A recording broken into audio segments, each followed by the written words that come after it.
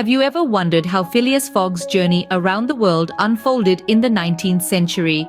It all started with a wager at the Reform Club in London. Fogg, a gentleman of considerable wealth and exacting habits, was known for his precision and punctuality. One day, a conversation about the advancements in transportation technology led to a high-stakes wager.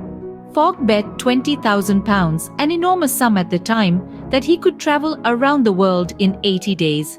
The feat was considered nearly impossible, but Fogg was undeterred. To aid him in his monumental task, Fogg hired a French servant named Passepartout, a man as adventurous as he was devoted. With the wager set and the clock ticking, Fogg and Passepartout prepared to embark on their journey. Little did they know, the adventure that awaited them would be filled with unexpected twists, thrilling moments, and a race against time that would test their resolve. With his newly hired servant Passepartout by his side, Fogg embarked on a journey of a lifetime. On the 2nd of October, Fogg's journey commenced. He traveled from London to Dover by train, then crossed the English Channel by steamer to Calais. This marked the beginning of an audacious endeavor, a testament to the human spirit's yearning for adventure and exploration. The marvels of Victorian transportation were in full display as Fogg made his way. The train, a symbol of the Industrial Revolution, whisked him across the English countryside, while the steamer, a testament to mankind's mastery over the seas, carried him across the Channel. From Calais, another train carried him to the City of Lights, Paris.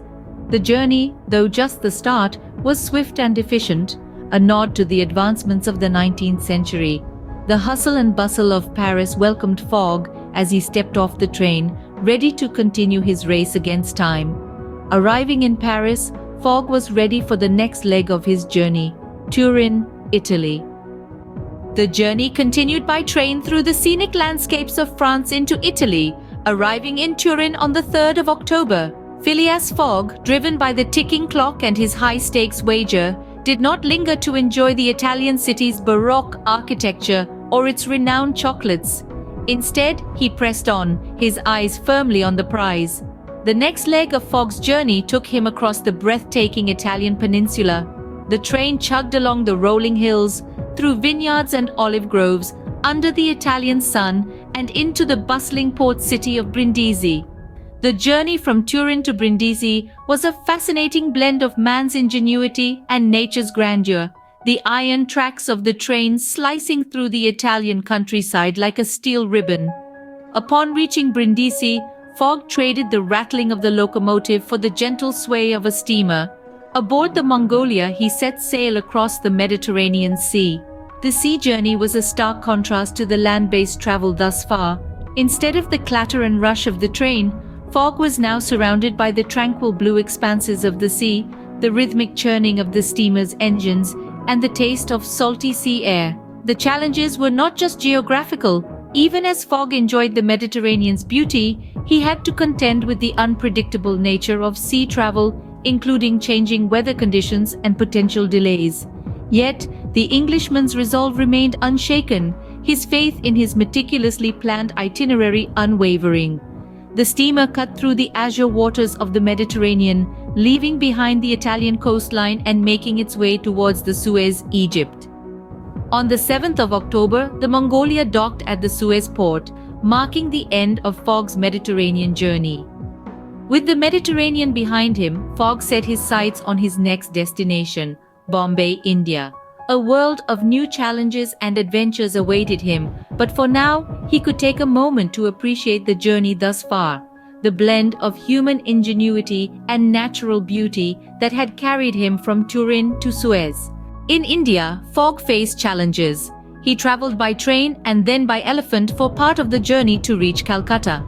India was a land of unpredictability, with its vibrant cultures and diverse landscapes, and it was here that Fogg's journey took an unexpected turn. He rescued a young Indian princess, Aouda, from a forced sati, a funeral pyre.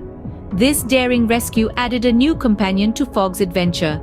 From Calcutta, Fogg sailed aboard the Rangoon to the bustling port city of Hong Kong. This leg of the journey was characterized by the breathtaking beauty of the South China Sea. Hong Kong, a city of contrast between Eastern traditions and Western influence, proved to be another exciting chapter in Fogg's journey. The journey continued on the Carnatic to Yokohama, Japan. Amidst the cherry blossoms and the majestic Mount Fuji, Fogg experienced the unique culture and traditions of the land of the rising sun. But, like any great adventure, it was not without its trials. Fogg faced challenges that tested his resolve, but he remained undeterred. From Yokohama, Fogg embarked on one of the most daunting parts of his journey, the crossing of the vast Pacific Ocean. Aboard the General Grant, he faced the wild open sea. The Pacific, with its unpredictable weather and vast expanse, was a formidable opponent. But Fogg, with his unyielding spirit, stood up to the challenge. After weeks at sea, Fogg reached the shores of San Francisco. He had successfully navigated through the trials of the Pacific, proving once again his determination and resourcefulness. The journey had been filled with unexpected delays, thrilling rescues, and breathtaking adventures.